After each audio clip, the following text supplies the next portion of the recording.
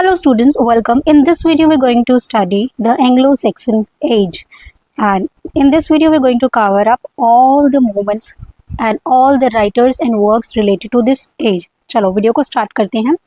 The earliest phase of English literature and also called as the Old English period, है ना.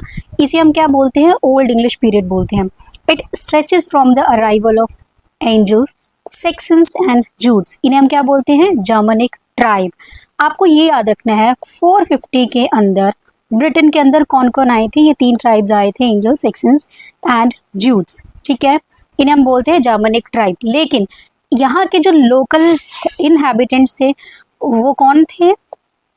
आप उन्हें याद रख सकते हैं, ब्रिटेन्स, या फिर आप ये कह सकते हैं केल्स, CELTS. ये यहाँ के जो ओरिजिनल इनहैबिटेंट्स थे.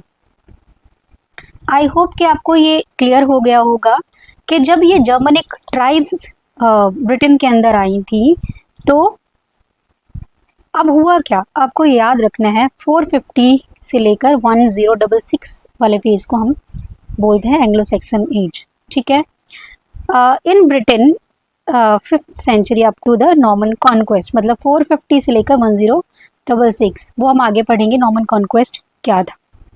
अब हिस्टोरिकल बैकग्राउंड भी हम पढ़ लेते हैं. इसमें हुआ क्या था? ट्राइबल इन्वेजन्स, है ना. अभी हमने पढ़े 3 ट्राइब्स आई थी, angels, Saxons and Jutes. After the Romans left. अब रोमन्स लेफ्ट यहाँ से छोड़ के गए क्यों थे? क्योंकि जो रोमन्स का जो उनकी कंट्रीज के अंदर भी अदर कंट्रीज आके अटैक कर रही थी, तो अपनी कंट्रीज को वो सेव करने के लिए ब्रिटेन को छोड़कर चले गए. और जैसे ही ब्रिटेन को वो लोग छोड़कर चले गए, अदर ट्राइब्स ने आके ब्रिटेन के ऊपर अटैक कर दिया. ठीक है, आपको ये याद रखना है. रोमन्स लेफ्ट ब्रिटेन 410 AD में, एंड जर्मनिक जो ट्राइब्स हैं दे सेटल्ड इन ब्रिटेन. ठीक है, कौन कौन से tribe? Angels, Saxons and Jutes. आपको याद रखना है. There warrior culture, pagan believes and heroic ideals shaped early poetry. अब क्योंकि वो आए हैं, एक है ना, एक ट्राइब आया है, तो अपना कुछ तो इन्फ्लुएंस यहाँ पे छोड़ेगा ही. तो क्या क्या है उनका? जो वॉरियर कल्चर है एंड पेगन बिलीफ है ना, एंड हेरोइक आइडियल्स उन्होंने उनकी अर्ली पोइट्री में आपको देखने को मिलता है. वो हम आगे पढ़ेंगे. फिर इसके बाद हुआ क्या? क्रिश्चियनाइजेशन. जैसे ही ये लोग आए, अब इन्होंने ब्रिटेन में क्या किया? लोगों को कन्वर्ट करना शुरू कर दिया टुवर्ड्स क्रिश्चियनिटी 597 AD ऑनवर्ड्स. ठीक है, दे ब्रॉट लेटिन लर्निंग अपने साथ. ठीक है, monasteries and scriptoria which means writing centres. अब आपको याद रखना है कि जैसे ये ट्राइब्स यहाँ पर आए थे, क्या क्या आया? मोनेस्ट्रीज का प्रचार बढ़ गया, क्रिश्चियनिटी का प्रचार बढ़ गया वहाँ पे. ठीक है, and Christian monks preserved and copied text. ठीक है, वो टेक्स्ट को कॉपी करने लगे. And pagan themes mixed with Christian morality. Pagan themes और क्रिश्चियन मोरालिटी को इन्होंने स्प्रेड करना शुरू कर दिया. फिर इसमें क्या हुआ? ओरल ट्रेडिशन को भी वो पॉपुलराइज किया इन लोगों ने. Poetry was first sung recited by scops which means क्या? Court poets. आपको अगर याद हो तो जब जैसे ये लोग आए तो इन्होंने अपना जो धर्म है वो उसको पॉपुलराइज करना शुरू किया, सर्कुलेट करना शुरू करा वहाँ के जो नेटिव लोगों में. ठीक है, और उसका जरिया क्या था? इन्होंने पोएट्री के जरिए, है ना, अपनी जो बिब्लिकल रेफरेंसेस है लोगों में फैलानी शुरू करी. And gleemen, minstrels, written version came later, है ना. वो तो बहुत बाद में आया था. जो स्टोरी टेलिंग है ना, उसी से इन्होंने अपने जो अपना कल्चर पॉपुलराइज किया. अब लैंग्वेजेस यहाँ पे कौन कौन सी थी? ओल्ड इंग्लिश, है ना, क्योंकि उस टाइम पे ओल्ड इंग्लिश ही थी. और आपको ये भी याद रखना है कि जब आपने पढ़ा होगा चौसर के टाइम में मिडिल इंग्लिश को हम यूज़ करते हैं, है ना, वो हम बाद में पढ़ेंगे. इस टाइम पे ओल्ड इंग्लिश ही थी. Germanic highly inflected, different from modern English, written in alliterative verses. यहाँ इस टाइम की जो वर्क्स थे उनके अंदर क्या क्या थीम्स थी? heroism, fate, loyalty to lord, exile, sea voyages, religious devotion and moral struggle. आपको ये याद रखना होगा कि ये जो ट्राइब्स आई थी ना, ये सी रूट से ही आए थे. अगर आपको याद है इंडिया के अंदर जब ब्रिटिशर्स आए थे तो वो भी सी रूट से ही आए थे अपना बिजनेस यहाँ पे एस्टेब्लिश करने के लिए. धीरे धीरे उन्होंने कॉलोनाइज कर दिया. सेम ये जो हमने अब टाइम पीरियड पढ़ा है कि इन लोगों ने अलग अलग कंट्रीज में जाके उनको कॉलोनाइज करना शुरू कर दिया, यहाँ से ही शुरू हो गया था. ठीक है, तो सी वोयाजेस के ही जरिए ये लोग इधर उधर जाते थे. क्योंकि ट्राइब्स थी, कहीं और से आए, कहीं और बस गए, फिर अपना जो कल्चर है वहाँ पे इम्पोज कर दिया। अब लिटरेरी मोमेंट्स देख लेते हैं यहाँ पे क्या क्या थे। हेरोइक एंड पेगन पोएट्री क्या है? दे celebrate warriors, battles, loyalty and heroic deeds. Example आपको ये जो पोम है ब्यूल्फ में पढ़ने को मिलेगा, वो हम आगे पढ़ेंगे। अब फिर इसके बाद ये क्या करें, क्रिश्चियन पोएट्री है ना, अपना जो क्रिश्चियनिज्म है, क्रिश्चियनिटी को ये लोग आगे पॉपुलराइज करना चाह रहे हैं थ्रू पोएट्री। बिब्लिकल स्टोरीज ये लोग सुना रहे हैं लोगों को, सेंट्स लाइफ्स के बारे में बता रहे हैं, मोरल इंस्ट्रक्शंस। एग्जाम्पल्स कैडमन है एक हमारे राइटर जिनकी हिम्स या फिर साइन वोल्फ्स की पोम्स हम आगे पढ़ेंगे। एलेजिक पोएट्री कौन कौन सी है? Poems of exile, loss, separation, melancholy. Example कौन कौन से हैं यहाँ पे? The wanderer and the seafarer. इसके बहुत सारे एग्जाम्पल्स हैं। और इसी एज के अंदर जो प्रोज मूवमेंट था, क्या था उसमें? Rise of prose under king Alfred. आपने किंग एल्फ्रेड की स्टोरीज सुनी होंगी, translated from Latin to English. अब हम देख लेते हैं major writer in poetry. Poetry के अंदर आपने सुना होगा जो बीओवुल्फ है, एक पोएट्री है ओल्ड इंग्लिश एरा की, one of the most famous poetry. This is a work, Beowulf, it's an epic poem 3000 lines, 750 AD में आई है। समरी क्या है इसकी? थोड़ा थोड़ा मैंने यहाँ पे समरी भी डाला हुआ है ताकि डिटेल समरी आप अपना रिसर्च करके थोड़ा सा पढ़ लेना। यहाँ पे मैंने वीडियो ज़्यादा लंबी ना हो जाए इसलिए इसको मैंने जितना शॉर्ट में रख सकती थी रखने की कोशिश करी है और सारी चीज़ें कवर करने की कोशिश भी की है। ठीक है, समरी क्या है? Beowulf, a Geatish hero, sails to Denmark to help King Hrothgar. King Hrothgar को ये हेल्प करने के लिए आता है। एक मिनट में ज़रा पेन का साइज ठीक कर लूँ। ठीक है, इसको हाईलाइट कर देते हैं। किंग रॉथगर के पास आता है, whose hall Heorot is attacked by ग्रेंडल।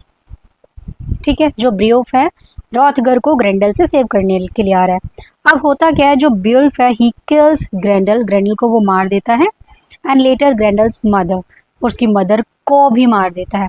After returning home he becomes the king of Geats. ये भी एक तरह का ट्राइब है, आपको याद रखना है। In old age he fights a dragon but dies of his wound. जो ब्यूल्फ है, आपको कुछ कुछ नेम्स याद रखने हैं, जैसे किंग रॉथगर है, ग्रेंडल को ये मार देता है, फिर उसकी मदर से भी फाइट होती है, इसकी मदर को भी मार देता है वो। ठीक है, और at the end due to wounds ये मर जाता है। इसमें थीम क्या है? हेरोइज्म है, लॉयल्टी है, फेट है, मोरालिटी है, क्रिश्चियन वर्सेस पेगन वैल्यूज। चलो नेक्स्ट है हमारे जो हमारे सेकंड पोएट है दैट इज कैडमन। कैडमन को हम क्या बोलते हैं? Is called as the first non English poet, a herdsman who become a monk.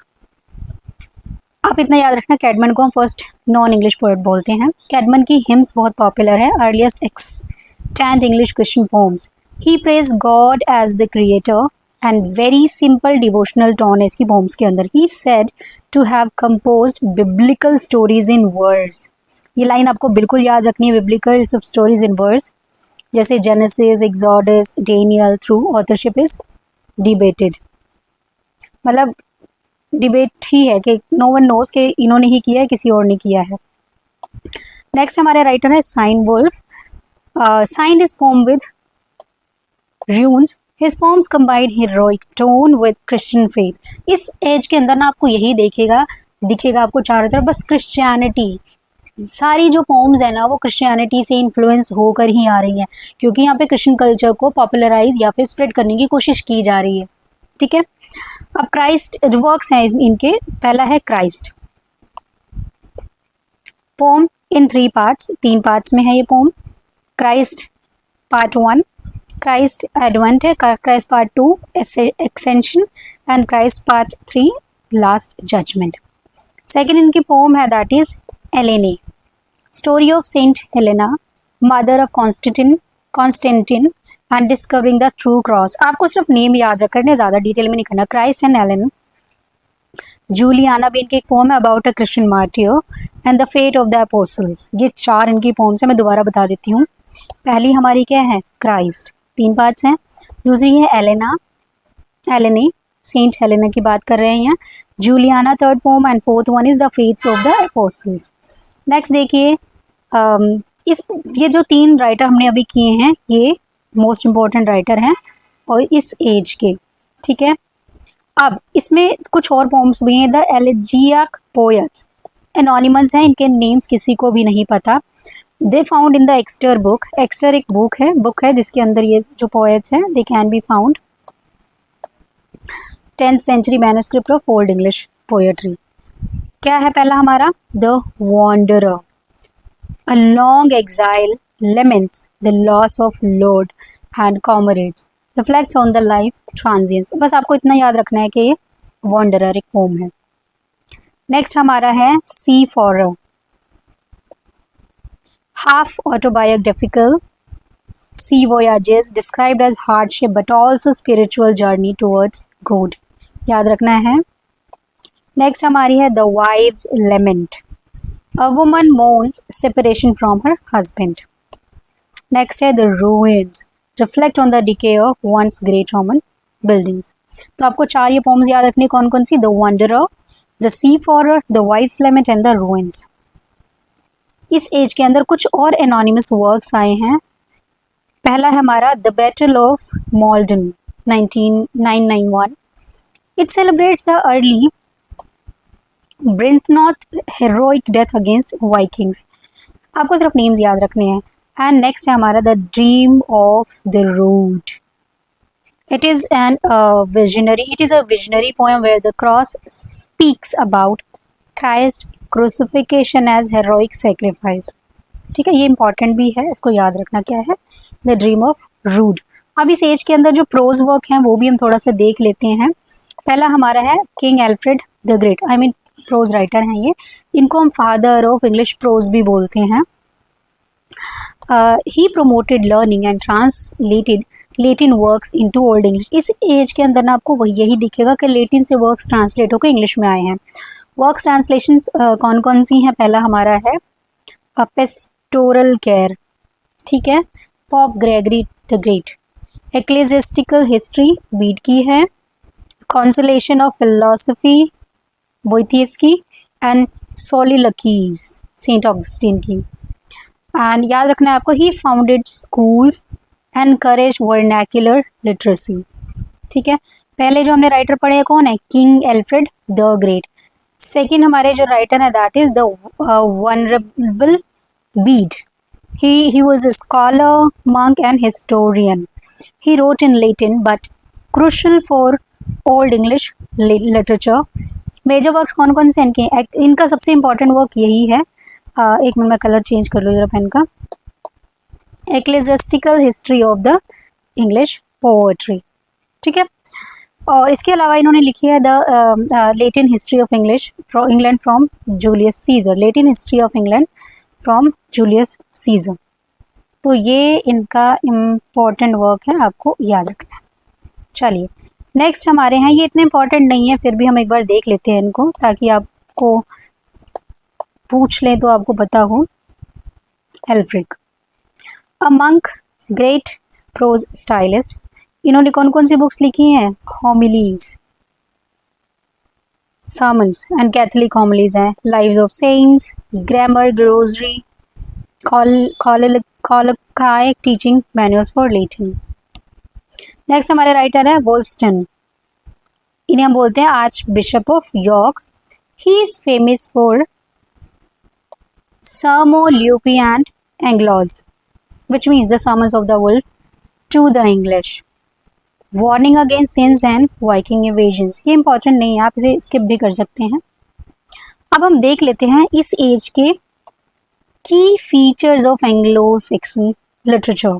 इस एज के जो लिटरेचर है उनके क्या की फीचर्स है? पहला है हमारा all these works are written mostly in poetry। याद रखना है, पोएट्री ही आई है इस एज के अंदर।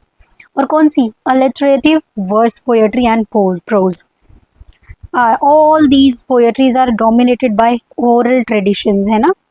strong use of kennings, compound metaphors like whale, road is equal to sea। याद रखना पड़ेगा आपने, इस एज की पोएट्री के अंदर आपको कैनिंग्स दिखेगा। एंड यहाँ पे क्या है? Themes of heroism, loyalty, exile, fate and religious faith, क्योंकि वहाँ पे वो रिलीजन को ही प्रमोट करने की कोशिश कर रहे हैं। आपको दिखेगा mixture of pagan, heroic code and Christian spirituality and preserved in 4 main manuscripts. यहाँ ये 4 मैन्युस्क्रिप्ट ही इंपॉर्टेंट है। पहला है Beowulf manuscript, Exeter book, Vercelli book and Junius manuscript. ये 4 बहुत ही ज़्यादा इंपॉर्टेंट है, ये आपको याद रखना पड़ेगा, ठीक है। I think we are done with this. फिर भी देख लेते हैं क्विक रिकैप में क्या है। इसके अंदर जो सबसे मेन जो वर्क है दैट इज ब्यूफ, we have already read it. Religious poets कौन है? कैडमन है, साइन वुल्फ है, ठीक है। कैडमन की हिम्स के लिए फेमस है, साइन वुल्फ की क्राइस्ट, हेलेना और जूलियाना है। एलिजीज कौन कौन सी है? The Wanderer, the seafarer, wife's lament and the Ruin. हमने ये 4 पढ़ी थी ना पहले, ये 4 एलिजीज है। हेरोइक पोएम कौन कौन सी है? Battle of Maldon and dream of the Rood. And prose कौन कौन से हैं? किंग एल्फ्रेड की ट्रांसलेशंस, जिन्होंने प्रोज में ट्रांसलेट किया, अभी हमने पढ़ा है। एंड बीड का एक्लेसिस्टिकल हिस्ट्री, एंड एल्फ्रेड का होमिलीज है, एंड वोल्स्टन का सरमो लुपी है। So basically in this video we have completed the Anglo Saxon age. Next video के अंदर हम एंग्लो नॉर्मन एज करेंगे। And that's it for today's video. I hope कि आपको अच्छे से क्लियर हो गया होगा। And thanks a lot for watching this video. If you have any kind of doubt then you can ask me in the comment section below, and thank you.